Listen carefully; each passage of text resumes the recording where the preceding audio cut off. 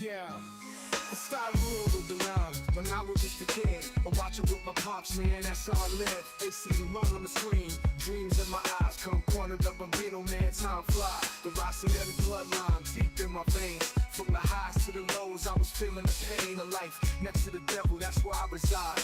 Una vida canto diavolo, we ride or die. Bandito forever, man, this love won't fade. From several nights to memories we made. Bandito, a red and black we fight. Living for the club on the stadium lights. From a boy to a man, I'm never letting go. AC Milan forever, that's all I know.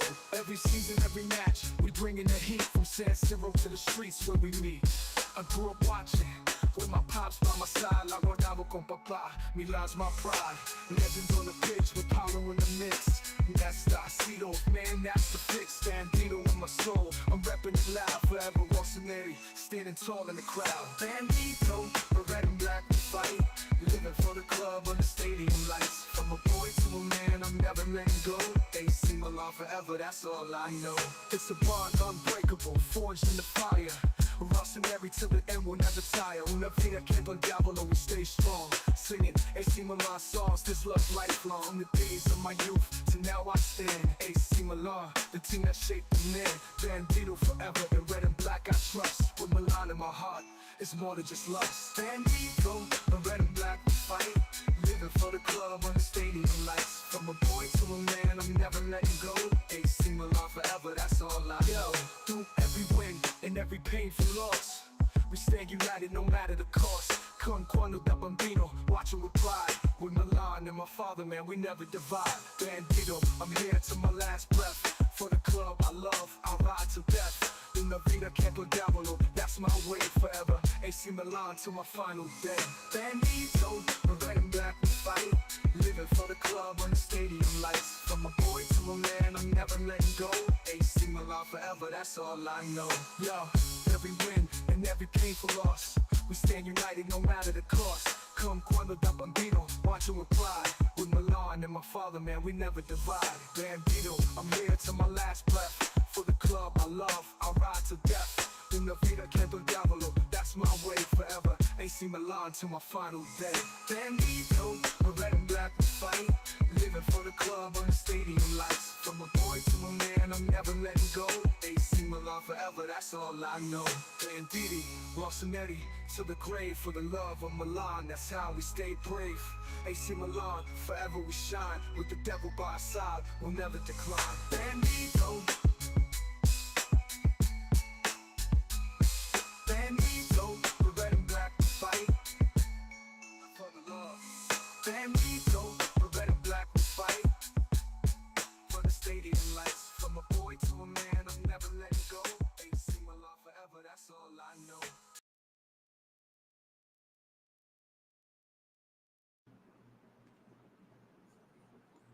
Rossoneri, Milanisti, Milan Nation. Welcome to Milanista Report pre-game. Today I got a special guest. I got one of my favorite co-hosts, Lab Gorillas, in the house. Ciao a tutti. How you been, Lab? Talk to us. Another busy week, man. It's always busy weeks at the moment, but looking forward to finally getting back to some calcio. It's quite frustrating, isn't it, that we're getting interruptions every 2-3 weeks for international football.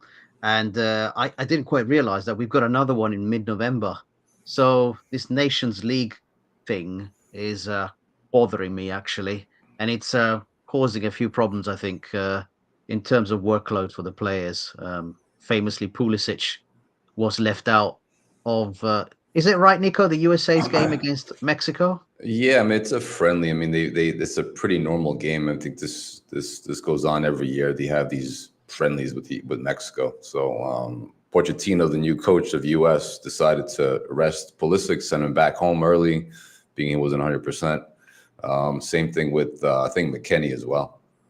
Yeah, saying something about workload. Right? Workload, yeah, because he realized Pulisic wasn't 100%. Why risk him to fly him down to Mexico, play in a really physical match? Yeah, and risking him getting hurt for his club too, more importantly, but also for future games for the national team that are way more important than another Mexican friendly. Yeah, absolutely. Hello, Fardinho. Well, Nice to Fadinho's see you here. here. Let's see who's in the chat really quick. Hey, Fadinho, good to see you. All right, boys. So obviously today's game day with Udinese, who's currently, I think, if I remember last time, if you look at the table, I think they're ahead of us in points. They are. I believe so. Let me pull it up here. So currently, just a quick overview. Napoli's at 16 points, Inter 14, Juve 13, Lazio 13, Udinese 13. So they're bunched up, a couple teams tied for 13 points, and us with 11. So obviously, like any other game, this is a must-win game for our club, but more importantly for Tseka to see if he can continue fooling the fans and management that he belongs there. That's we'll see about that. You know what happens. So first things first. Let's get into it. All right. Let's get into Milan versus Udinese. Let's get into the tactical preview really quick, and then we'll jump into some the key matchups. Fonseca's pregame statement, which was interesting, right, Lab? We were talking about that before we jumped live. Yeah, And then we'll get absolutely. into the Curva Sud's latest statement as well, which is interesting that they're coming out with this now. Yeah. They're actually speaking up. This is always interesting. So that being said, let's get into it. So obviously, Udinese is a very dangerous team.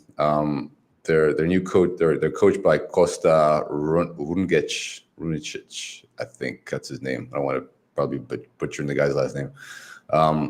So they're extremely powerful in the air. So this is something that we got to look at today's game, being that according to the starting lineup, let's pull that up really quick, give everybody an idea of what we're looking at today.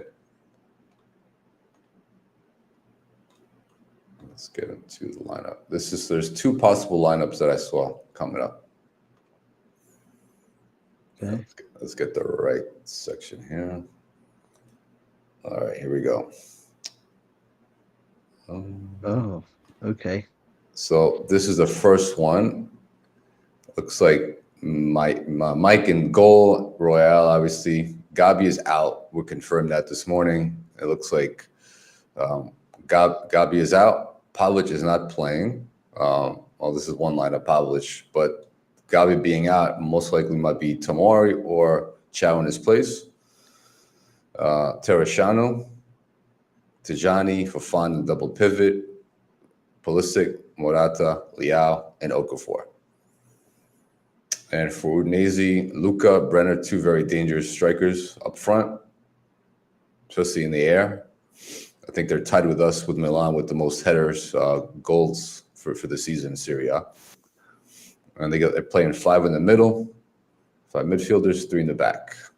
Bijou is a player to look at as well. He's a very strong center back, and Okoye in goal. This is one possible lineup. So the second one that I've seen here, let's get back into it, is this one. Yeah, that's the one I've seen. Pick your poison, boys. So this is the other one. Pretty much the back's the same, except for Gabia. It looks like probably from reading some posts last night, it looks like Chow will be starting with Tamari. I don't know what happened to Pavlovic, why he's being benched. He had a pretty decent start to the season.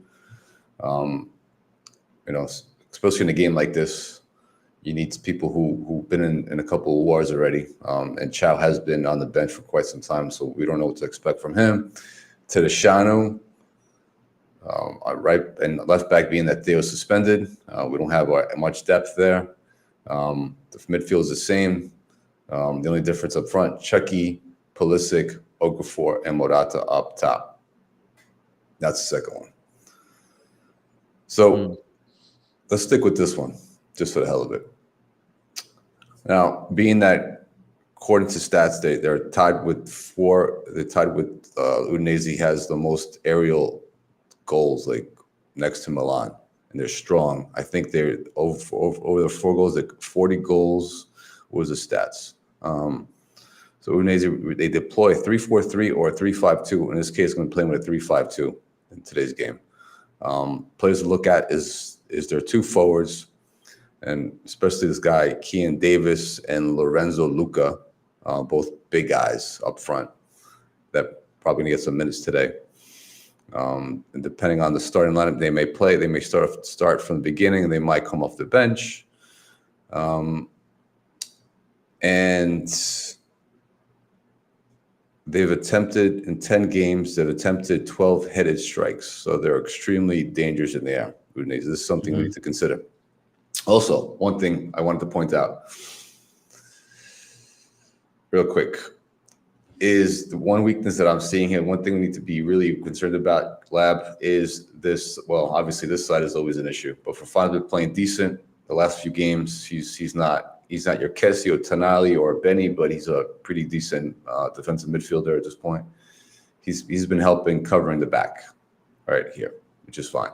But the thing that we need to look at today, boys, is the right side of the field. Tajani is not a very defensively strong midfielder.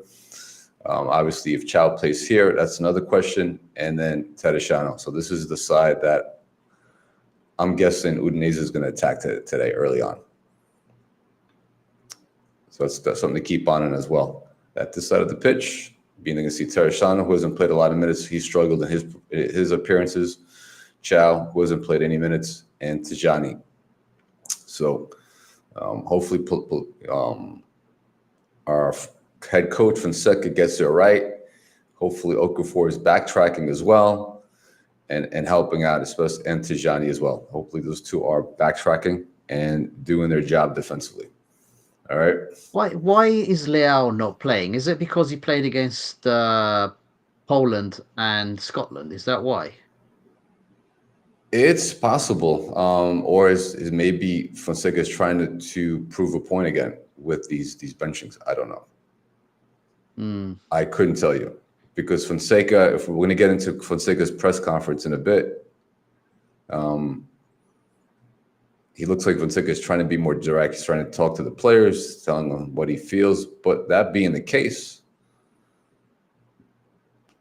right, I believe other people should be benched as well, especially Tomari. If he's trying to set the anvil down, he's trying to tell players that he's actually the boss and trying to take that back, being that the embarrassing thing that we saw against Fiorentina, how that went down. Why is Tomori playing? Well, I think Tomori's forced, to be honest with you. I think he's forced. I think Gabia's injury's forced his hand and he's gone. I don't trust Pavlovic and Chow together. And can we really trust Tomori as well? Mate, against an aerial threat, I don't trust Chow and Tomori as a back line. It's very correct. concerning. I mean, if we this is like I say, so Udinese is really strong in the air. So why I would think, I don't know, probably should have been a good option off the bench, being that he had a decent start to the season. Let's get everybody in the chat. Let's see who's in the chat right now. Let's see what's going on. We got Fadinho. Let's see. What's up, guys? He makes a good point. Fadinho said Lorenzo Luca is a good prospect for the future. Milan should get him. Price-wise, is affordable, fits with spreadsheet management strategy. Yeah, he's a good, strong player, Fadinho, real quick. So he might make some noise against us today, being that our back line looks a little bit shaky. At least we get to watch an interesting prospect. Lorenzo Luca, I watched him for the first few minutes against, let me see, for Italy, play against Israel. Obviously, he's an Udinese player. The match was being played in Udine. So it was, the local fans really exploded when he got the few minutes in. He looks like a unit, so I'll be looking forward to watching him today, to be honest. Fahadinho, of course we should get him, but he's Italian, so we're not going to get him. Yeah, I mean, there's been some rumors that I don't know how you take it as a pinch of salt, but looks like Milan is being the owners are realizing the mistakes they made without having an Italian core, and how that may impact them with their meeting the quotas. I mean, yeah, Nicko, great point. Actually, well reminded. This is something we brought up before the first Champions League game was played, Nico. We said the roster is incredibly light because we haven't got any homegrown players. Do you remember? We were like, we've literally got 19 fit players that are going to be able to play for the roster, and we're not going to be able to face the campaign like this. How can a headline come out now? Doesn't that show you how unprofessional this management is to have left themselves so light? And I find it hilarious that Sempre Milan publishes this and says things like, "Oh, management has realized." What do you mean they've realized? This was we are just fans, right, Nico? We're just fans of this club. We love this club. We read everything we can about this club. We're not employed by this club, and yet we could see this coming. And yet it comes out this week that Milan's been left short by not having enough Italians. Next transfer window, we're going to try and resolve it. It's pathetic. I mean, you tell me anything else that it is other than pathetic, But Nico. are we surprised? I mean, we've listen, we've gone after Redbird since the start. This is not surprising at all from this management. At one Bro, bit, is it disappointing? Hell yeah, it's very disappointing. It's extremely disappointing. It's aggravating that they're and that obviously certain podcasts, certain Milan media, they kind of run with this stuff, which is what it is. But are we really surprised? I mean, listen, we missed on so many Italian players. We've been through this 100 times on this podcast and on Milanista 360. We missed on Buongiorno. We missed on Calafiori when he was affordable. We missed on Scalvini when he was healthy.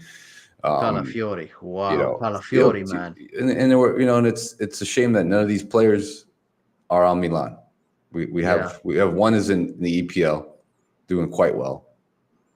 We have another one at Napoli leading that back line. Scalvini's coming back from his injury. He would have been a great asset. He would have been a top defender in our back line as well, leading that back four. And this is what we have. We have Gabbia, who's a very serviceable center back. He's our best center back in terms of his IQ. And we have three other center backs that are questionable. Tomori, depending on his mood, depending on his motivation, he can be really, really good or horrible, like we saw against Fiorentina on that second goal, where he misplaced that ball. He misplayed that ball over the top. We have a young, Pavlovic, who's prone to making really silly challenges. He's still learning the game. And we have Chow. When we've seen his potential, what he's capable of doing. It's either average or he's going to cost us a game. Yeah, absolutely. But let's not. I don't want to get into that too much. We're going to get into a few things in a minute. But quick thing I wanted to point out, most importantly for our line too, defensively, the couple of things we need to look at today's game. First is, are we going to play a high line today, or we're going to play more of a back line? Because Udinese likes to play very direct. By the way, They don't like to progress up the field and take their time. They're a very direct team, similar to how we played under Pioli. So they're going to try to hit us on the counterattacks like the earlier teams did, just like, how we were targeted in the first couple games that we lost and we tied. We need to keep an eye. So when we start pushing up the field and we're out of position, we're in position, we're gonna have Chow and Tomori in the back. Emerson Royale, Tereshano gonna push up top. It's gonna leave two center backs. It's gonna be. Let's see how Fonseca sets up. He's gonna have Fofana dropping up in the back line, just like in the last game, or is he gonna have Fofana sitting up here playing that holding midfielder? That's something to look at as well. Also, we need to look at is in terms of our third man runs. How when we're actually they're counter attacking us, Udinese, who's picking up those third man runs? Is Fofana going to be doing his job because he's got to help out Royale sometimes? He's going to cover back and pick up that third man going into the box. Same thing with Tijani as well. The same thing with our Okafor with Chikawezi if he starts and Okafor here. We got to make sure their work rate is on cue, that they're backtracking, covering those third man runs into the box. make sure that Udinese doesn't get any high quality shots on goal. And that's about it. And also out of position block. Like I said, that's another thing we just talked about. Are we going to go with that really super high block, or we're going to sit back a little bit with a fine end of back as well, sitting between our two center backs. So that's something to keep an eye on as well.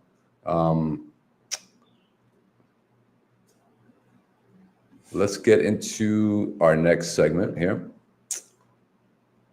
Let's take this down. I need to get John. I need to pay somebody to run this board, John. We do, mate. It's gotten to that point. Yeah. All the Where graphics and stuff as you play. more graphics that I'm adding. This is what happens. Yeah. So this is our key matchups. Obviously, it hasn't been updated, but our first key matchup is Udinese's. I like it, man. Nice. It's their forwards, Stovin, Luca, Brenner, that we just talked about, versus obviously it's going to be Tomori and Chow. I didn't even think Chow was going to be even a possibility. Didn't even put him on the list. Yeah, there you go. That's the first key matchup. Is their strikers versus our two center backs. All right. How they're going to play? How is Chow and Tomori going to communicate and able to pick up those strikers inside the box and keep them away from scoring goals? And make sure Mike has an easy night between the pipes. Next one is Udinese's center back, Jake Bijol, who's a very good center back. There's been some interest from some bigger teams on Bijol. I think Juve. I think there's been talks about other big clubs looking at this really talented center back versus, well, it's not going to be Abraham. It's going to either be Okafor or Morata. All right. Bijol is a very physical center back. Let's see how our strikers can handle that. So we're playing only one up top. And the last one is, well, Liao's not playing obviously anymore. Kabasele, he's their left back, their right back, I should say, for Udinese, versus, in this case, it's going to be Okafor. Will Okafor able to break down their right back and take advantage of those 1v1s, or is he going to hold his own and lock that down, causing for more pressure on Pulisic on that side to cause more give opportunities for Pulisic and for Czechowezi as well. I'm curious to see if Pulisic is going to try to overload, because we've seen Pulisic early on in his game at Milan. He likes to drift on both sides of the field. He's not a very static player. He's very dynamic. I'd like to see if maybe Fonseca tells Pulisic to drift him over to the right and overload that right side of the pitch and create those mismatches either on the right side or the left side of the pitch to get some more opportunities for us to score goals today. So these are the key matchups today. Something to keep an eye on as well. Yeah. All right, I hope Tobin has a quiet game, Nicko. I really do, because lately he's been putting in some impressive performances. If that guy, he's got all the qualities needed. If that guy has a good game, we're in trouble with that back line, honestly. That's the huge one today. That's the big one. I know we've talked about Emerson Royale being picked on and him watching him, but in terms of like Udinese's strengths is their front line. There are two more like physical strikers that they play with. Something that we struggled with in the past. Obviously, with Inter, we held our own, but Udinese is a different. Inter did come out of that game tired. Good win for us during that derby, but being we're going to be playing with Tomori and Chow, it should be interesting. Hopefully, Tomori and Chow are focused for the full 90 minutes and able to hold their own in that back line. And hopefully we get a really good performance from Mike as well. Yeah. Do you know what, Nicko? I'll tell you this, because my betting interests, right? Udinese to win this game are 8-1. Can you believe that? So Milan are actually the home team, right? So correct. Udinese are set above us in the league table, and yet they are 8-1 to win the game. So, cheeky bet on them just to make sure that we're covered. That's what I've done anyway, because I just think Looking at our lineup, Nicko, would you say looking at our lineup that is definitely stronger than Udinese? And when you factor in the manager, I don't. I think it's a toss of a coin as to who's going to win this game. Yeah, I mean, listen, for I'm not too familiar with their coach. I mean, I know Costa, he's a good coach. I don't know how he's much better than Fonseca, but on paper, if we look at our starting 11 and theirs, we do have the stronger team, even with key players being out of the game today. No Leao, no Theo for that silly red card, which was just typical Theo, obviously, unfortunately. Mm. Regardless, on paper, we should be able to score more goals than them. Yeah, obviously, we're going to probably give up 1 or 2 goals. Mm-hmm. I don't see us getting us a clean sheet, even with Mike being Magic Mike. But I do see Udinese scoring 1 or 2 goals today. Yeah, well, so the draw's 4.5-1. Udinese's win is 8-1, and Milan is quite short odds. So the bookmakers think Milan are heavy favorites. I don't know if I agree with us being heavy favorites. Yeah, I think on form we're not. So one key thing to Udinese is missing 2 players. They're missing Alexis Sanchez, who's still in the game. Forgot he's still on the team. Wow. Is he really? Wow. Yeah, he's out. And this kid, Thomas Christensen, is both out. They have 2 missing players. We have Theo suspended. Florenzi's out, obviously, with that long-term injury. Same thing with Benny. Sportiello still out. And Calabria is still not fit for this game. And right now, our total winning streak. Udinese has won 2, lost 2, won 1. Where we've won. We were 1 draw, 3 wins, 1 loss. That's where we're at right now. Mm. Yeah, I think Fahadinho guessed Udinese 2, Milan 1. I think that's quite a. I think it's going to be a few more goals than that. Actually, I think it might be a 3-2. But I'm hoping we win it 3-2. That's what I'm seeing. I think this is going to come down to a 90 minutes heroic Leao coming off the bench type of thing, and saving Fonseca's butt again. That's what I think it's going to come down. I think it's going to be to come down to Mike making some key saves in the second half.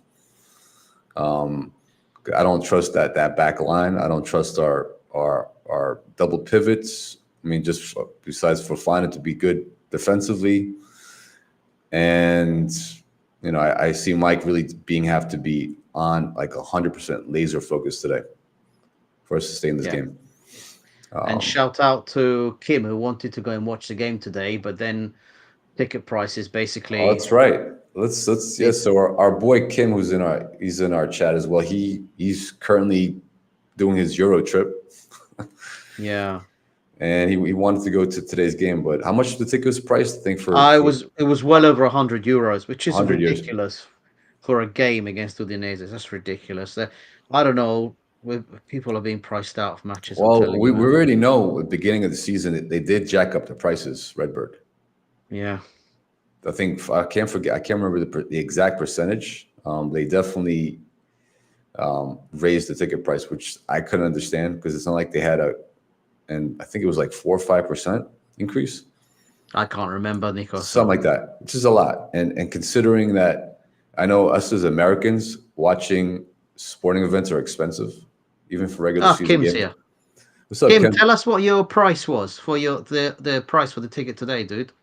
Yeah, let's hear it, Kim. Type that in. It was over €100, man. He tried joining. All right, sorry about that. Connection wasn't good. Italian Wi-Fi, mate. Yeah, exactly. So hopefully he'll tell us in a minute how much the price was. But it was over €100, which I think is a joke. It's a complete joke. For an Udinese game, yeah, I agree. Yeah, I bet. Hey, Kim, tell us where are you going to end up watching the game today from? There you go. 119. €119. Bloody hell. I remember when I went right after they won Scudetto. I can't remember the section I was at. I was on the opposite side of the benches, I could see the Curva on my left side, the Curva Sud, and I was a little bit kind of off the center of the pitch. I think I paid, I think it was 65 euros, I think it was at the time. Okay. I can't remember. That was the season right after we won the Scudetto. That was against who they had played, Bologna. That's right. Wow. Yeah.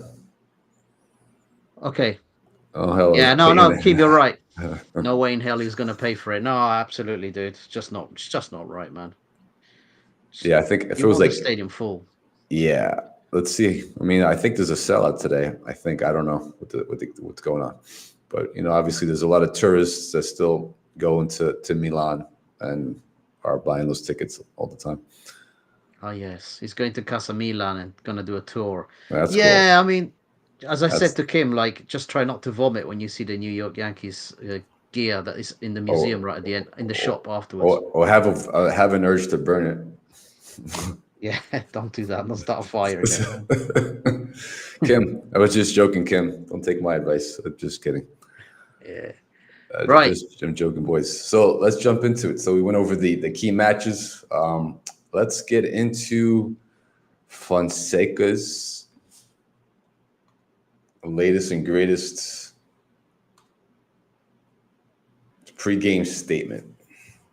Now I'm gonna bring this up. I'm gonna share the screen so everybody can watch this, and you guys tell me what you think of Fonseca's demeanor during this press conference. Because for me, when I watched it, and then obviously some other fans were seeing that Fonseca's looking tired, looking stressed out, looked like he aged 20 years, and just the way his Italian's gotten worse as well in a short period of time. I know it's not his first language, but it seems to be getting considerably worse throughout the season, and he looks like he's not as confident. What are your thoughts on it, John, before we cue it up? So on the Italian bit, I'm kind of I was thinking since he's come, he's actually seems to be struggling more to understand the reporters' questions, which are pretty crystal clear with very little accent. So I was very surprised by that. Now, then I thought to myself, does he actually need to speak Italian within our club at the moment? He probably doesn't, Nicko. A lot of his staff are probably Portuguese, I'm guessing, and for most of the squad, Italian is not the language that he's going to require. So because we've got so few Italians, so actually, it's a crazy thing to say, but maybe his language is degrading as time is going on, which is I guess it won't endear him to the media. But I guess we shouldn't be surprised by that. His whole interview, my overall opinion on it, after having watched it and seen the transcript of it, the man is. I'm worried about his mental health. Genuinely, Nicko, genuinely, I think the guy is being crushed by something that is bigger than him. Well, crushed, but behind the whole thing, it's Milan. That holds a lot of responsibility, and I'm sure dealing with management is probably not something that's easy as well. Dealing with Ibra, who's extremely overly involved on formations and how should we play, and I'm sure dealing with the rest of the management is probably not an easy thing as well. And the overall pressure. Are you playing a video, Nicko? Yeah, we're going to play. We're going to queue up. Milan Udinese. We'll start with Milan TV. Thanks, Nicola. Good afternoon, Gaffer. I'll ask you this question not to show off a statistic, but I'd like to ask you this because you love to look forward. You love to focus on the importance of the upcoming match. In the last 9 years, Milan against Udinese, 2 wins for Milan, 5 draws, and 2 Udinese wins. Perfectly balanced. That also shows just how focused we need to stay tomorrow, doesn't it? That's a statistic that I hadn't actually looked at, if I'm perfectly honest. But I did know that there always is a huge difficulty in beating Udinese here at San Siro, and I don't think it'll be any different tomorrow. Here comes the excuses. Udinese are a good team that are having an excellent start to the season. They're a very aggressive side, and they play good football. Udinese are really up for this game as well.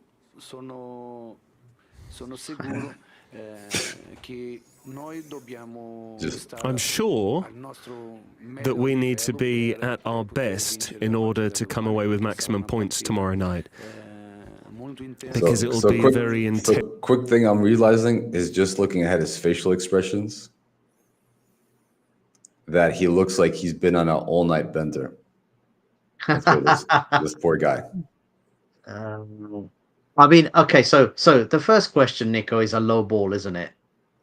It's a low ball, which is, this is our record against Udinese. His response is mind-blowing. I didn't know that. It's always going to be a tough game. And then the rest of the response is just, I call it filler. Anybody could have said that. You can pull any person off the street and said, what would you say in a football interview? Well, we have to try our hardest. We have to be at our best. Yeah, they want to win really badly. Garbage. It's like a script that he's reading off. Yeah, exactly. Well, let's Hence difficult. U.S. citizen, you can vote from here, vote from here, and even here. Let's go. We don't. Sky, good afternoon, Gaffer. 12 days ago, we spoke to you after the Fiorentina game, and you were pretty angry about the defeat in general. How have the last 12 days gone? I'm sure you've met the team, spoken to the players. What's the mood in the camp, as opposed to the technical or tactical side of things? How's the psychological side? The first day went very well because I didn't really see anyone at all. I didn't really look anyone in the eye. I was very angry, and they all went on international duty, and that was good because after matches like that, I don't really like to see anyone at all. It was normal. We didn't have too many players to train, so we did a lot of sessions with players from Milan Futuro, and we made the most of this opportunity to work with the youngsters from Milan Futuro. Which we'll never see. And we only had the whole squad back yesterday in training. I mean, listen to this, Nicko. Just pause it here for a minute. Yeah. He's given up the excuse that he's only had one day to train the players from, yeah? Let's just be clear about this. Straight away, he's lining up the excuses. Which he's done before. We've seen that in the past as well. He literally starts to lay them thick, because he then talks about how changing the players is difficult after what Reindeer said as well about them trying to integrate some of the changes that Fonseca's doing. We're learning slowly. He's saying it's very difficult, you know. Oh my God. The frustrating part about this man is that he appears to be a genuine human being that is quite open with his answers, but that actually shows his limitations. He needs to really think about much more clearly about how he's going to respond to questions to make the most impact possible. To say to reporters, only had the players back yesterday. I played a little bit with the Futuro team. Later on, he's asked about the Futuro team, Nicko. He's asked about Liberali, and he goes, well, it almost seems like because of the reporter's question, he's come back with, I'm going to add Liberali to the squad. No lie. That's how it seems like, the way he's behaving. Yeah, very frustrating up to this point. And another point as well, the players in general are used to playing different styles. When they go back to their national teams, they're playing a complete different style, and they adapt pretty fast in most cases. So this whole thing about, oh, we're still learning the system, and that comes really down to how clearly a coach and his coaching staff get that information through how they translate it. Yeah. If that makes any sense. That falls on the coach itself to get that information into your players to understand the way you want to play your game, the style. Because once they go back to their national teams, like I said, they're picking up that style of play real quick, and they don't have a lot of time to prepare for their games with the national teams. Yeah. And another thing he made a while back, another really lame excuse in my opinion as well, he had stated that, oh, it's difficult for our team to play, one way in the Champions League, the way teams set up against defensively. And when then we play in Italy, they play more man-to-man, they play more aggressive. and we don't know how to adapt, and that's one of the reasons why we have difficulties in our games. That's another excuse. This is part of football. Football, yes, depending on your opponent, you're going to have different teams are going to play differently. Some teams are going to play low block. Some teams are going to play mid block. Some teams are going to play high pressing, man to man. Some are going to play zonal pressing, hybrid, you name it. It changes. It's not about the league. This is normal stuff in sports, especially in football, which is so much tactics. And Fonseca should have known this. To use that as an excuse, you should say instead, if you're a strong leader, say, hey, I prepare my team as best, like we prepare them as best as we can to adjust to these different styles of play. But clearly he's not doing that. Because again, we're seeing it here in this latest conference here, his pregame conference, he's lining up for excuses just in case we drop points today against Udinese. Yeah. And so just to point out some stuff from Faidinho and Kim, Fonseca needs to put his Zorro mask to survive. Yeah, I think that's like a safety net for. I think Fonseca feels braver with his Zorro mask on. It's like a security blanket for the guy. And Kim, well, he's a pussy. Yeah, well, that's up for you guys to decide. But honestly, if this is my head coach, I don't know how a team could go into battle and want to bleed for their leader with this kind of, his demeanor. Let's play a couple more minutes of this, and then we'll cut it. We did what we would ordinarily do in a normal week, which was to talk about the previous game, the Fiorentina match, and begin preparing for the upcoming fixture against Udinese. That's the time that we have available in order to prepare the Udinese game. Oh, here we go. Nicko, stop there for a minute again. But I know there will be a number. Sure. There you go, John.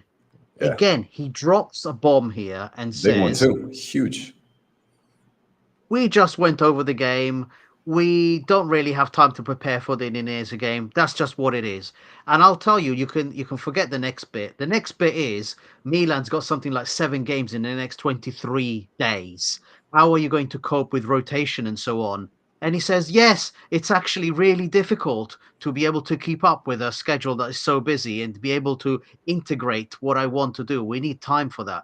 Again, another excuse.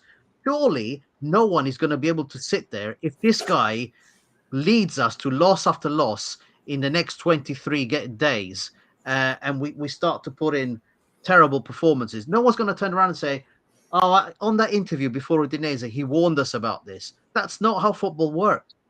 You can't just lay out the excuses now to prepare everybody for losses coming up. You have to win. You're a Milan manager. You have to win. You have to beat Udinese. You have to be aggressive about it as well.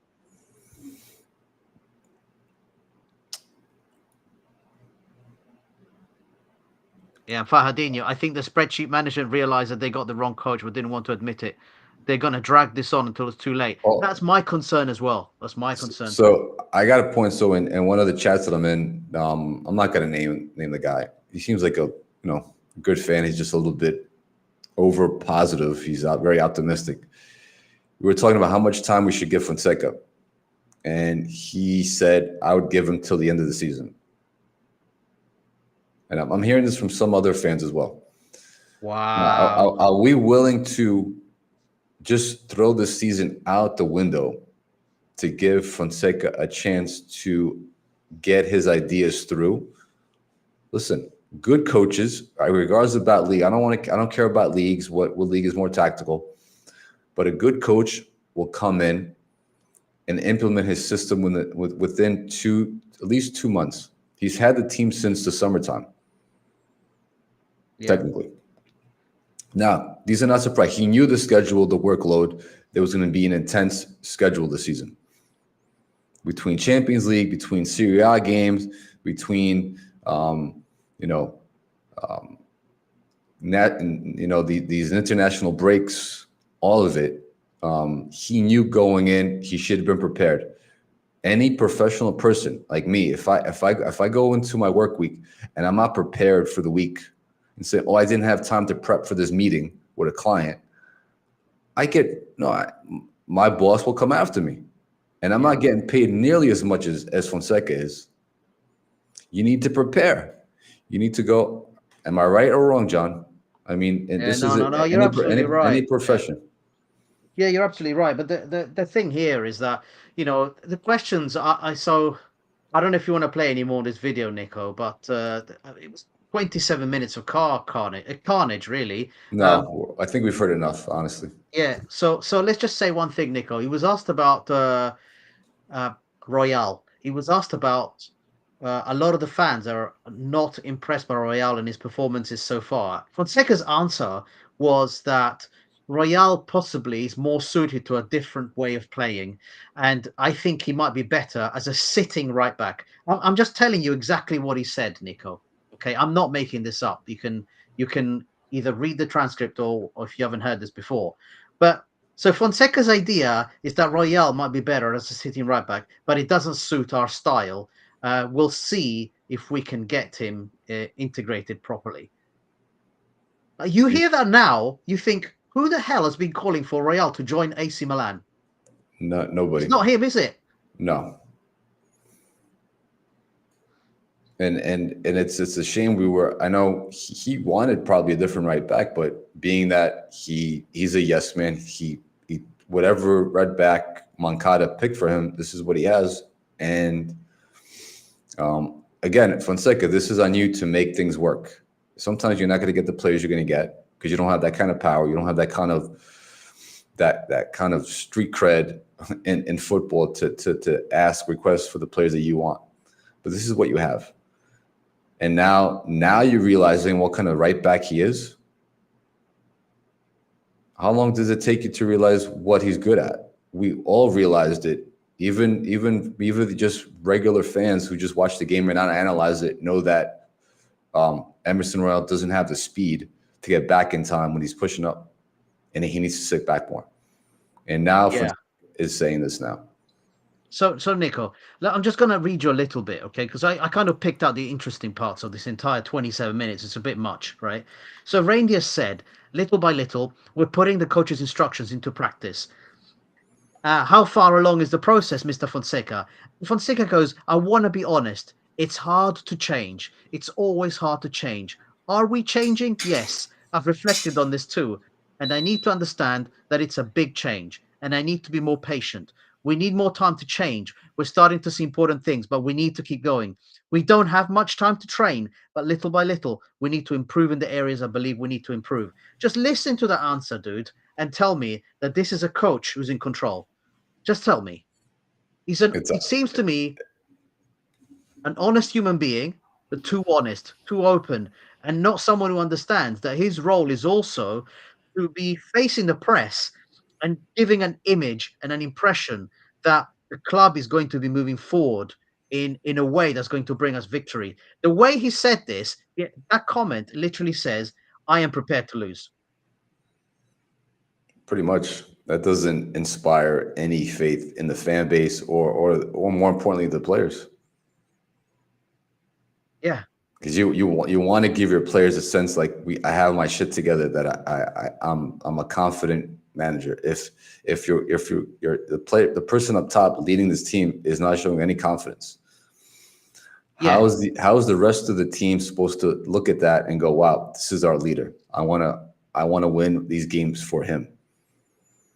So Nicko, the other thing we discussed just before the pod started is that Fonseca, just at the beginning of the season, he was literally giving away the entire tactic for the season, for the match, sorry. He would say, oh, I'm not going to tell you this, but we're going to play this person and we're going to play this style, which is ridiculous 24 hours before a match to actually give away what you're going to do. This time is a bit different. He said, someone asked him, who will replace Theo Hernandez? And his answer is, I haven't decided yet. So it seems like he's learning on the job, right? Then the next one is, before the break, you said you wouldn't rotate much. Now, with so many commitments, and this is about the number of games in the next 20 odd days, will that change? And he goes, maybe we need to do that at the moment. I just got to think, and this is a point I wanted to discuss with you, Nicko, today, as you're the right person to have this discussion with. The Futuro team. There's a lot to be said. Let's look at the Italian national team right now as an example. and the talents that are coming through right now are really quite impressive. Okay, these kids coming through are something else. So let's talk about the Futuro team. Is the concept of playing all of these youngsters together in Serie C potentially harming them? And because they're going up against grown men who are physically bigger and stronger, as opposed to this concept, which is taking some of these young talents and integrating them with the first team and getting them to play with, let's say with a Leao, with a Theo Hernandez, with a Fofana next to you, kind of protecting you and giving you those balls, as opposed to all of the kids together in Serie C. I am starting to wonder whether there is a problem here, Nicko, right? There's a lot of managers who are saying, look, the Italian national team, you can now see that the next generation is coming in and they are doing something very, very special. And Spalletti, if you watch the game, and I don't know, Nicko, if you watched the game against Israel, you watched the game. I watched the highlights for those games. Okay, so I watched all of the national games live, both of them, right? Full matches. And what was happening was beautiful, Nicko. You had Tonali, who was filling in at the back. The moment that the team went forward, he would drop back and fill in as one of the back four, just a back three. It was really, really impressive. And then you had Calafiori. Dude, he was moving all over the pitch. This guy's intelligence is out of this mind. And I look at that and I think, is Camarda, is Liberali, is Zaroli, and you keep naming the players, are they being harmed by the fact that they're going to have to leave our club to get those opportunities to be playing with good players? But they're being harmed, first of all, by the coach that they have. That coach has no business coaching that team for Serie C at all. Second is the director of Serie C. That is Ibra's good friend from his days at the Galaxy in LA. All right, when he was playing at LA Galaxy, Ibra became good friends with the director of that team, that club. Matter of fact, that guy he got fired from LA Galaxy because that team was falling apart. He destroyed that franchise. Here's a loser of a director, and you bring him on for an important project just because you're buddies with him. No. And we're seeing what on the pitch what's going on. You put a director who's way over his head. Yeah, he had some experience in Germany years ago. Blah blah blah. So what? I don't care. What have you done recently? You destroyed a pretty decent franchise in the Galaxy, and then you put in charge just because based on your being friends with Ibra, you're tight with him. You put him in charge of these kids and their future, and then you put this coach that has no business coaching the team. And look what they're doing. They're sitting at the bottom of Serie C. Penultimate, something like that. Yeah, it's really bad. And everybody was clamoring that their goal was to get him to Serie B. Supposedly, yeah, no, that's not going to happen. Yeah. And more importantly, we're not seeing them getting any significant minutes. We've seen Zaroli; he's been on the bench a couple games, 0 minutes. And don't tell me he's not ready to play. If he was playing in Spain, if he was playing in France, if he was playing in Brazil, which is a very tough league, the kid would be playing significant minutes. Yeah. So this was the discussion, Nicko. This was the discussion. We saw history this week. History is Daniele Maldini, the third generation from the same family, playing for the Italian national squad. History also made because it's the first Maldini who was not a Milan player who has come on into the national team, right? Now, that hurts. That hurts me. That hurts me because that should not have happened. But the truth is, the realization is this: Maldini would never have been called up for Italy had he stayed with Milan. Never. That's just the truth today. Yeah? So, Nicko, my point here is this. Cardinale. Yeah, as if he's a player. Get rid of Cardinale. That's like another Freudian slip. Now, I'm thinking Camarda. I'm thinking Zaroli. I'm thinking Liberali. Will they truly come through into the first team if they stay where they are? I am concerned that they will have to leave our club in order to be able to progress. And when they watch what's happening in the national squad, in the excitement that national squad is now bringing to us, they're going to realize Milan is not the place to be. Now, that is all down to management. And the problem, remember, and I want to remind everyone, when Fonseca came in, Ibrahimovic said, this is the manager that is going to integrate youth into the squad. Can you please, Nicko, point to me any of those kids that have come on and made it into the first squad? Exactly. So I'm so angry about this because I think these kids are potentially very, very special. And we are being demolished from the inside out. And I hold Moncada at the center of this storm, by the way. Yeah, Moncada, he's the one. I mean, he obviously doesn't see these players for what they're really worth. I mean, we saw Simic when he came in last season in the limited minutes he played under Pioli. He looked pretty good. He looked comfortable with the first team.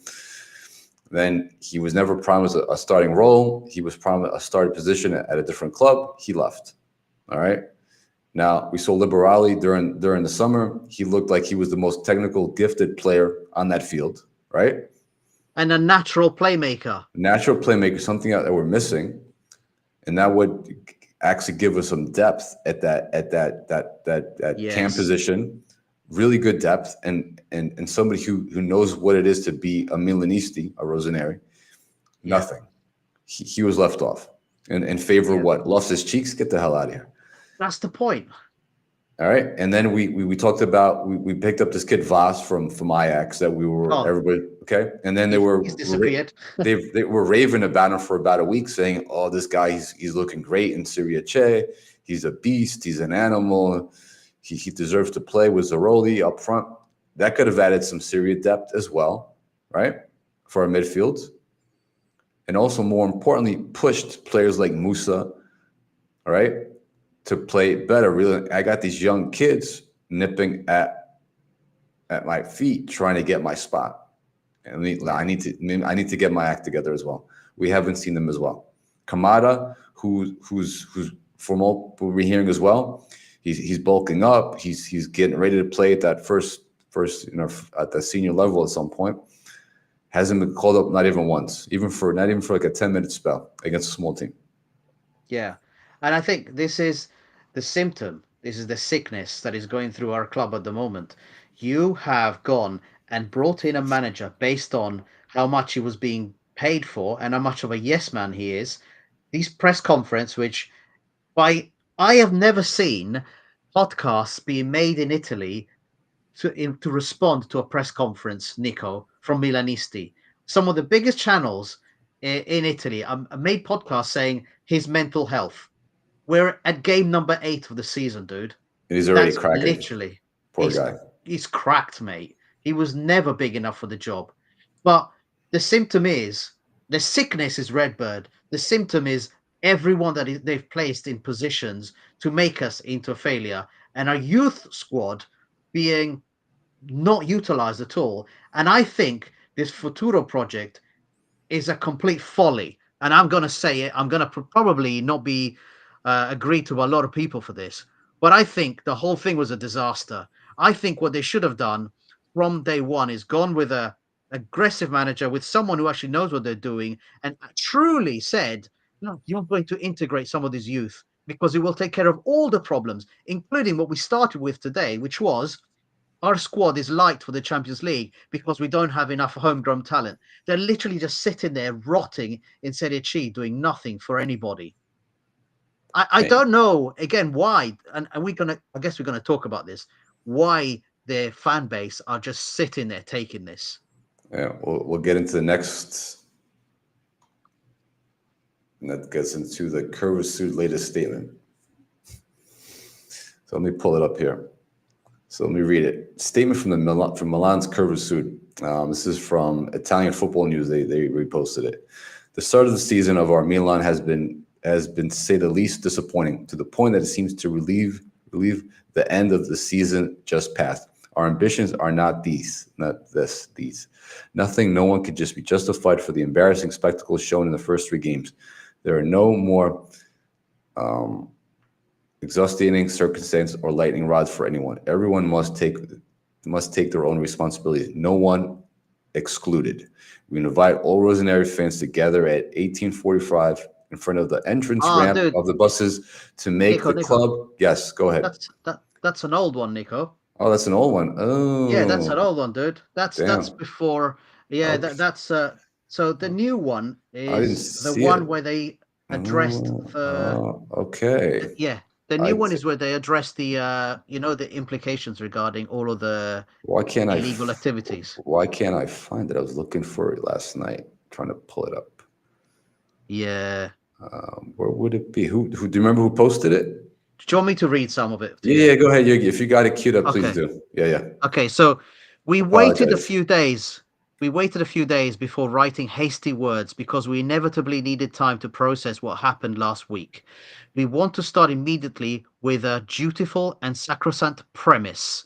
We are the Curva Sud Milano. We are the ultras of Milan. We are those who will fight to the death for our Milan. We are those who are always there, however and everywhere. And we will still be there, as always, at our expense, without gifts from anyone. We are always side by side. We are the ones who have suffered every type of repression and have always held firm. We are the ones who have Milan in their hearts and only want the best for our colors. We have been there for 16 years, starting from the darkest years after the dissolution of the historic groups. We have climbed back up from the lowest point to return to shine like the brightest stars. Years in which we have risen again, thanks above to all those guys that everyone knows. Those guys splashed on the front page on the newspapers. Those guys who have been in the front row on every occasion. Those guys who have already paid a high price for many of the episodes that are contested today. Those guys who have always put the Curva Sud and the love for Milan first in every step, in every decision, contrary to what they want you to believe. We sang with these guys, we suffered and rejoiced with them. We admired with emotion and pride the dozens of choreographies created over the years. We cheered with them, we fought alongside them. They defended you when they attacked you. We were alongside these guys with everything when everything was more difficult and when Milan needed us the most. Okay. The most important thing here, I'm just going to skip, okay, because it's very long. Okay, we have never managed parking lots. We have never managed stalls. We have never managed bars. We have never received and, above all, demanded tickets from the company. We have never managed things outside of the ultras world. We have never committed acts of intimidation, or violence to grab profits derived from activities tangential to the stadium environment. We have never been ticket scalpers, but we have simply allowed ourselves, in some circumstances, to differentiate prices between those who have always been there and those who have attended less assiduously, always in the interest of the former and never for personal gain. All proceeds have been used to self-finance the creation of choreographies. In the numerous charity activities always documented over the years, in legal protection for episodes related to the stadium, in the allocation of significant contributions for away trips to financially help all those people who dedicated themselves body and soul to the Curva and to the passion for Milan, and who cannot afford to always go to the stadium given the crazy prices and given that every 3 days a home or away match is played. Okay? So the issue of the cash fund has always been valid since the 70s with the birth of the historic groups. Without forgetting that the Curva Sud Milano was born, we experienced the most disastrous years at football level of the last 40 years, from the downward spiral of the Berlusconi era to the arrival of the Chinese up to the American management. Years in which, certainly with the exception of Scudetto season and the following one, despite not having large incomes, we have always contributed to subsidizing the boys of all the groups of the Curva, sometimes even from our own pockets. Right. What have you got to say about that, Nicko? There's a lot to unpack there.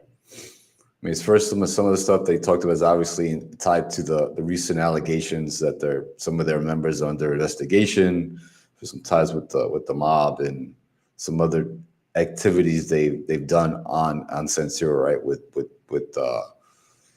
the sales of beers and a few other things. So they're putting it out there, right? Saying we're pretty much not we're innocent. And the one thing also I wanted to state as well is they always put themselves out like they're the most important part of the fan base, which they're not. Yes. All right. I know they do a lot for the club, but let's be honest. If I had a lot of free time with my friends, if I didn't work full time, didn't have an 8 to 6 job, and had my time to do choreography, and listen, we could all have that potential of putting these banners up together, and create new songs and chants, yada yada. Great for them.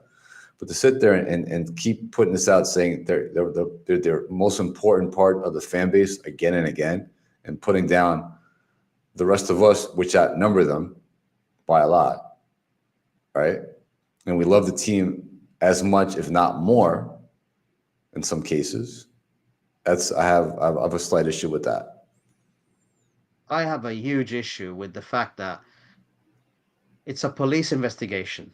Huge. The accusations are there. The accusations are there. Serious allegations. Yes, and the accusations are there on paper. It's up to the police investigation to actually come out with evidence and proof of these things. Now, Correct. The prosecuting lawyer has said these guys have made the San Siro, into a lawless system. So for these guys to think we're just going to take their word for it, why should we take their word for it? I don't care about listening to your words on this. You think you did not, like the way they said, we didn't do this, we didn't do this, we didn't do this, we did, but maybe we did a little bit to get a bit of money back. Yes. Which we then put back into a charitable organization. When you hear things like that, Nicko, I don't need to say anything, do I? No. Kim, Fadinho, if you guys still in the chat, what are your thoughts on the Curva's statement they put out? Because you know our feelings about that. I mean, honestly, I don't know. I mean, they have a history. I don't want to get into the history that they have. Curva Sud. It's all out in the open. It's all available for anybody else to read and catch up on what they've been involved with in the past, especially the leaders of the Curva Sud and the previous guy as well, the older guy that retired, that stepped down. I'm all for it. Listen, at the end of the day, the Curva Sud play an important role with the team. Yes.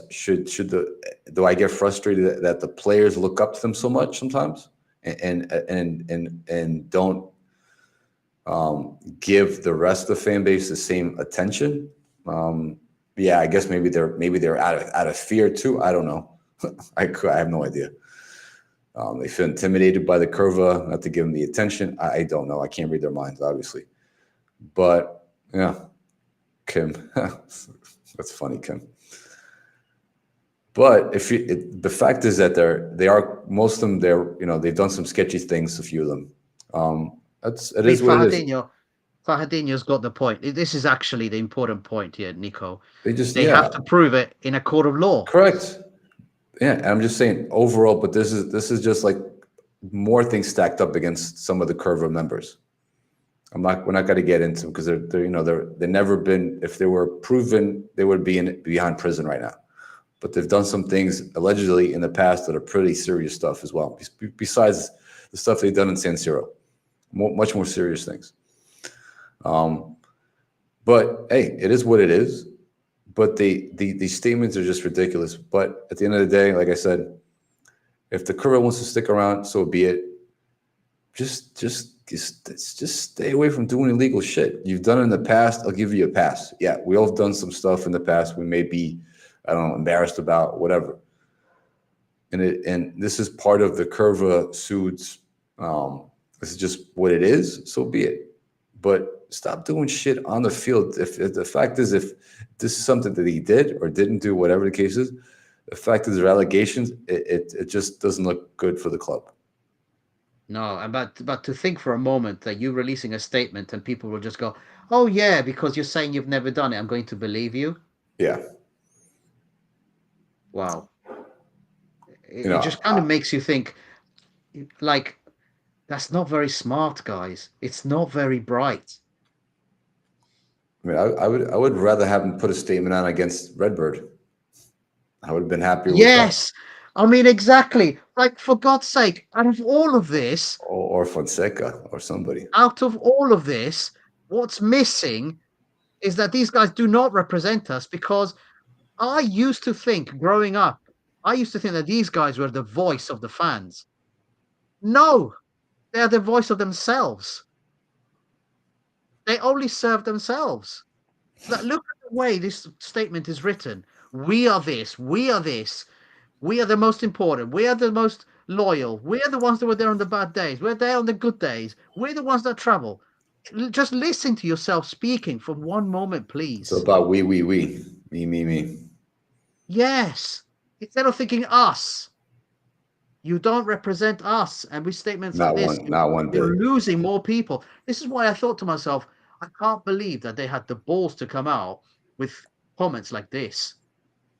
Like, seriously, anyone's going to believe these comments? There's a few people, I'm sure. A portion of the fan base. I think if people believe this, they are maybe associated with them. That's the only thing I can say. I can't. There's no logical reason why you have a police investigation and you call it's a media witch hunt. Not, man. It's far Come on. beyond that. It's way You more go. serious than that. If you guys think you've never done anything like this, let's see it in a court of law. If a prosecution comes against you, if the state comes against you and tells you you've done this and this is our evidence, and you can disprove it and you win that case, then fine. You've never done it. Yeah. But until that point, like, literally, these guys, police are the ones who are pulling out all of this evidence and showing it to people and coming up with these statements. You can't just turn around and say, no, I didn't do it. Anyway, listen, I'm just a fan. I'm just ranting here because I'm, as I said, watching the Italian national squad. Really, I was, first of all, Nicko, I was so impressed with the fact that you can clearly see Spalletti's signature out that quickly, even in an international manager, when you have someone who's got a footballing IQ, what they can do, right? And then thinking back, my Milan, my dear Milan, is being led by a lesser species than me, a baboon.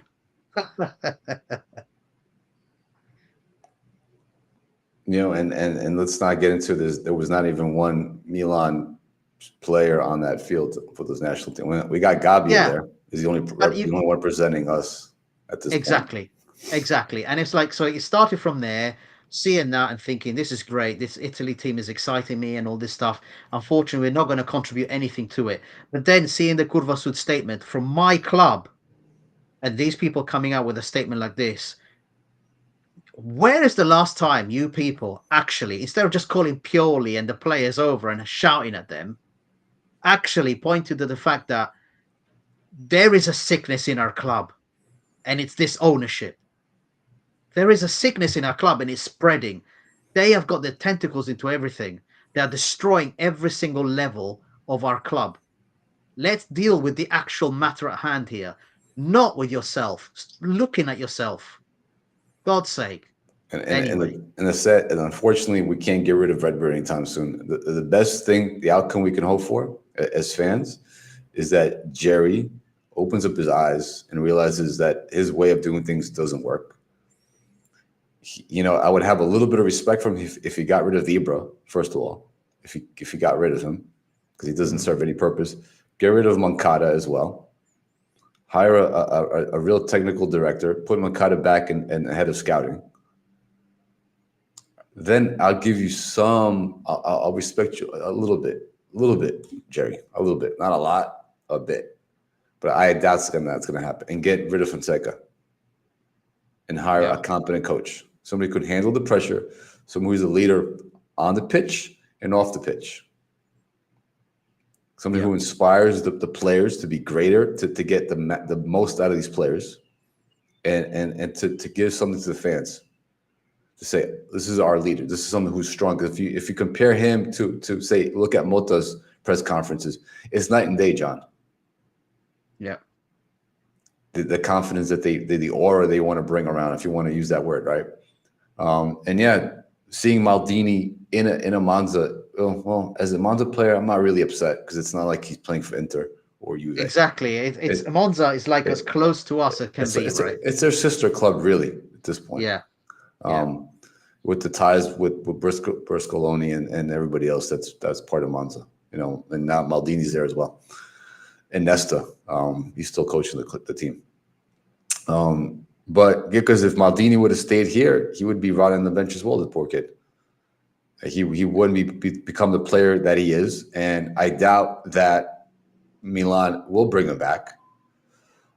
There, real quick, before we get into the final thoughts, there's talks about, Inter is possibly interested in Maldini. Another big one that I saw was Tonali, that Juve and some other clubs in Syria are interested in bringing Tonali back from the EPL. Nicko, honestly, you can go, if you can, go to Viaplay and watch Italy play against Israel or Italy play. I saw some. They're like, I saw some of the highlights. It's night and day from the Euros to now. It's night and day. The way they're moving up the ball, the way their Tonali is just a workhorse. My God, the amount of space that he's covering, the things that he's doing, all the intelligent runs that Tonali's making. Yes, and the fluid interchanging of positions, the trust that Spalletti shows his players. It's something like, please, why can't we have a manager who's actually capable? Look at what these kids can do. Well, also, we don't have the players for that either. Well, but that's part of the same disease, isn't it, Nicko? It's called it's a rare disease. It's called Redbirditis. Look at our two center backs today. As much as they're Milan players, and you got to support them. Tomori's not good on the ball. You're not going to give him the same freedom you give Calafiori. Same thing with Chow. Or Pavlovic, in that matter. Our center backs don't have the ability to do what Calafiori does. Oh my God, Calafiori looks like a £100 million player easily. Yeah, I couldn't believe. Oh man, what a player! I like. Oh Jesus, roaming. He was on the right, on the left, in the middle, right back. I was like, "Where's this guy? Yeah. What is his starting position?" Because he's moving everywhere. And that's what he was doing. That's what he was doing with Bologna too, with Mota. Oh my God, yeah, and that's you see that, and you think, how can we allow these players? I mean, a reporter wrote this week. It's a scandal. It's a scandal. It's an Italian scandal that we're allowing these talents to leave our country because we simply do not have the money to keep them. But in our case, it's not really the money. Well, actually, it is, isn't it? It's the money as well, because it's a choice not to spend. It's a choice to always spend around the 20 million mark. We're just not going to get these players. That's not going to happen. Fardinho made a funny point. Jerry needs to kiss and make up with Paolo. That's never going to happen in a million years. I mean, to that point, actually, Nicko, funny enough, what's that really famous Carlo Pellegatti? He came out this week and said, if only Paolo, I'm going to tell you, don't get angry, Nicko, right? He said this, not me. If only Paolo Maldini had the patience to have a couple more discussions with Jerry Cardinale, he might have been able to stay.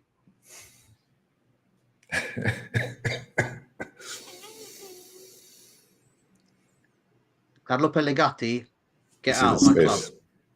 Carlo Pellegatti, get out of my club. And yesterday, he asked the last question in that interview, Nicko, right at the end. And it was like a dumbass question, like, how do you feel? What? How do you feel? That's a hard-hitting question.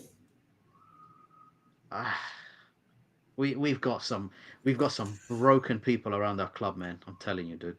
All right, let's get into predictions for our game. Our thoughts about today's game against Udinese. John. Okay. I think it's going to go down. You know that I'm going to make money if we lose. Yeah, either way. I know you're ready, John. But I actually want us to win. I predict that it's going to be all right. I'm going to predict 3-2 to Milan. Okay. And I'm going to guess that Okafor is going to get on the score sheet. And potentially today, Reindeers as well. What do you think, Nicko? I'm gonna be different with you, John. Just to spice things up a bit. I'm saying 2-2. Ooh. I think both Udinese's goals is going to come either off set pieces or corner kicks, headers. Being that we have nobody dominating the air today, and I think Pulisic is going to continue his hot streak, get another goal, and yeah, give it to Okafor. Okafor's due as well, but it's not going to be a pretty game. I see Udinese using their counter, their really like quick play, trying to hit us quick on the counter attack, and let's see how Fonseca is going to press. He's going to press with a man-to-man hybrid pressing. I don't know. Let's see about that. That's going to make the difference, but I see Udinese finding a way to break the press, because our press is not consistent at all, or a counter press, and then trying to get up the field and either expose Royale on the left or our other great left back, Terracciano. Let's see, guys. Kim Fadinho. Well, Kim says Morata will score, which is possible. Yes. 5-0. I doubt that. No, there was that's in the RTV chat. Somebody in that chat. Right. Yeah, he's thinking we win 5-0. Did he hit his head on something? That's possible. I don't know. Whatever he's on, I wish I was on the same juice. Yeah. Yeah. Listen, guys, if there's nothing else, anybody else tuning into the show, locked in, always don't forget to hit that subscribe button, like our previous this pod and previous pods as well, and always subscribe and continue supporting this channel. Oh, Renee, what's up, Renee? 4-2. 4-2. I love that scoreline. Yeah, that's an EPL scoreline right there, boys. Yeah. You know, I can see that happening as well. Look, I hope I'm wrong about my prediction. No, obviously, I always want our club to win, but let's see what happens today. All right. Great talking to you, Nicko. Real John, pleasure. Lab, always a pleasure, John. Take it easy. All right. Bye. Forza Milan. Hey, everybody, stay tuned. We got another debut track that we're going to queue up right now. That kind of, you have to hear it for yourself. This is for Redbird. All right. And always Forza Milan, everybody. All right. Out. Redbird out.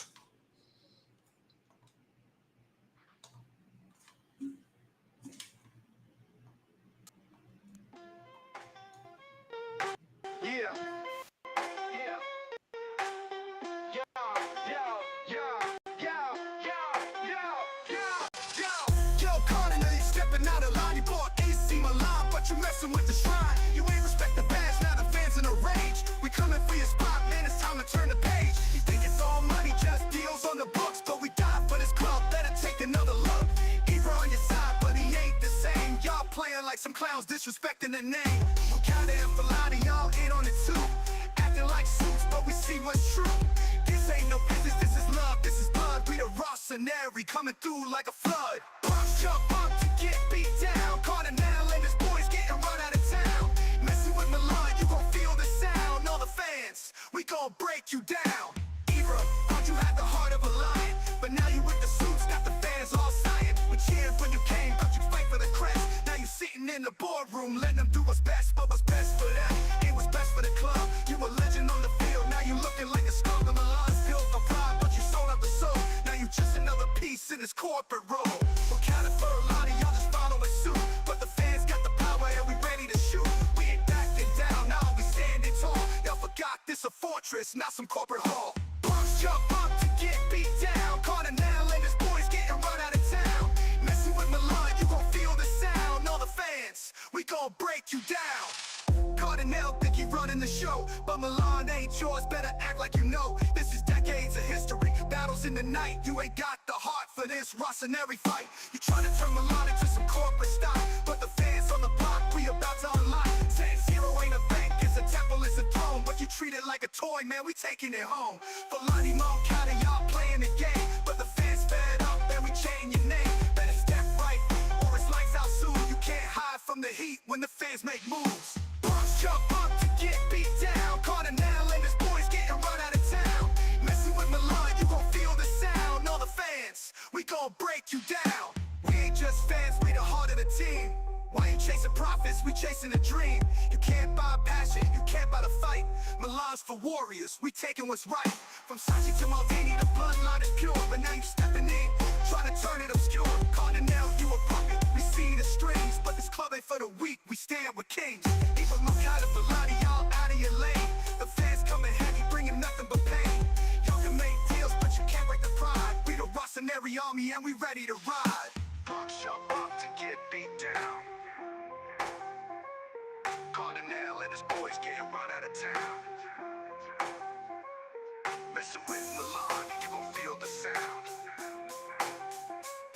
All the fans, we gon' break you down. We ain't just fans, we running the show. But Milan ain't yours, better act like you know. This is decades of history, battles in the night. You ain't got the heart for this Rossoneri fight. You trying to turn Milan into some corporate stock, but the fans on the block, we about to unlock. Saying zero ain't a bank, it's a temple, it's a throne, but you treat it like a toy, man, we taking it home. Punks jump up